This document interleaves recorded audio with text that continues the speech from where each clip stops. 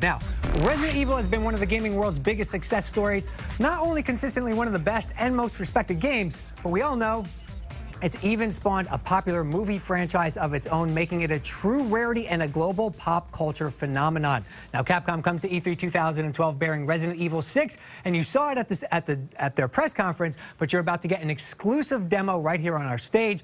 Miguel from Capcom is here to do that. Hello, Dan. Thanks for joining me, Miguel. No problem. Resident Evil 6 coming into E3 is huge. Yeah. And we're going to see brand new footage and brand new story elements. Tell us a little bit about what we're going to see. Okay, so this time, Resident Evil 6, we got 3 protagonists, so you don't just follow one storyline, you get to follow 3. Right. You have Leon, Chris, fan favorites, and a new character, Jake. Some people also calling him Wesker's son, as we have revealed already.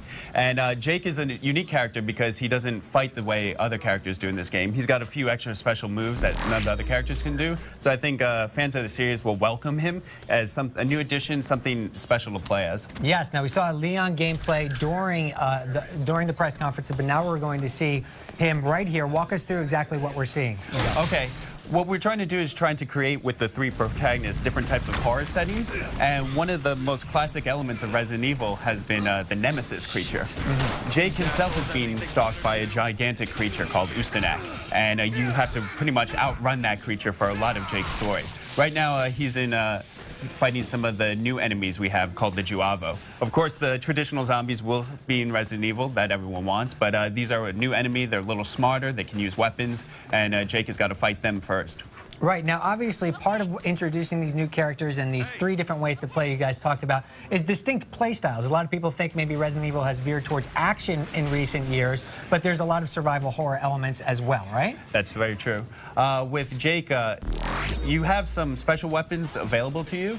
Some classic powerful weapons will be strewn around stages, but you do have to manage your ammo, and you can't just fire wildly and hope you can find bullets wherever they are. Jake also can use hand-to-hand combat. He's one of the few characters that we've ever designed that will be able to do that. So you can switch from his weapons using any type of machine gun or pistols, or go to hand-to-hand combat. Right, and you talked a little bit about the 3 different characters, but each one has an accomplice as well on their journey through the story, correct? That is true. They each have a partner character. Jake's partner is Sherry, Sherry Birkin, and you might remember from Resident Evil 2, which took place a few years ago. So she's grown up, and she's become a successful agent in her own right. Right. So the partner characters, is that a co-op experience, or is this something just on the single-player side, or? That is a co-op experience. Awesome. You can play alone if you want, and the AI will control the partner character, but we recommend that you play with your friends. Right, and like you said, distinct play style, so when you go through the game, I mean, there's really kind of 3 games here in terms of how they're going to play out. Story-wise, how are their perspectives different?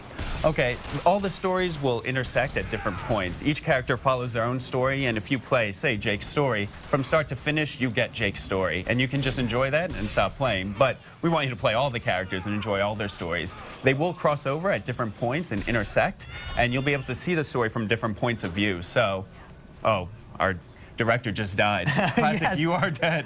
Sasaki-san is actually playing the game backstage for us, which is amazing. We see that the game's going to be available this October. And talk a little bit more about the character interaction, obviously, from a story perspective. Where does it take place in regards to Resident Evil 5? This takes place a few years after Resident Evil 5. It's set in 2013. A lot of our Resident Evil games, as fans know, we try to set them as close to real time as we can. So the characters do age, which is probably rare for a lot of gaming franchises. Right. So talk a little bit about the difficulty level as well. Obviously, we just saw a character die, but what are you trying to do here in terms of reaching a new audience, but also appealing to that hardcore gamer who's been with the franchise for a long time? We're trying to give everyone the opportunity to enjoy this game. Right. So we're hoping that for new players, they have the weapons, the tools they need to play this game. We want to make it more intuitive. The controls are more organic. I think, you know, in the past, the controls weren't always what everyone wanted them to be. I think we've really got them to where they should be. The director himself, Sasaki-san, he's been following all the gaming trends, seeing where action gaming is going, and he's trying to incorporate a lot of those elements that people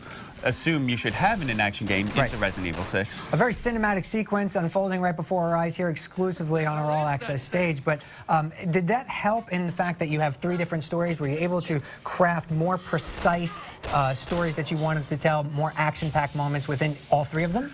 Yeah, that's exactly what they wanted to do. It seemed the development team themselves had so many different ideas, they didn't know where to go, and eventually they decided on, well, why don't we do all of them and try and merge them, and then that way you don't have to force gameplay on certain characters and make it feel awkward. We can just match the gameplay to the character and their story, so everything feels more synthetic, more natural in that regard. Right. All right, well, it's looking awesome, Miguel. We really appreciate you showing us Resident Evil 6 here on the stage. Now,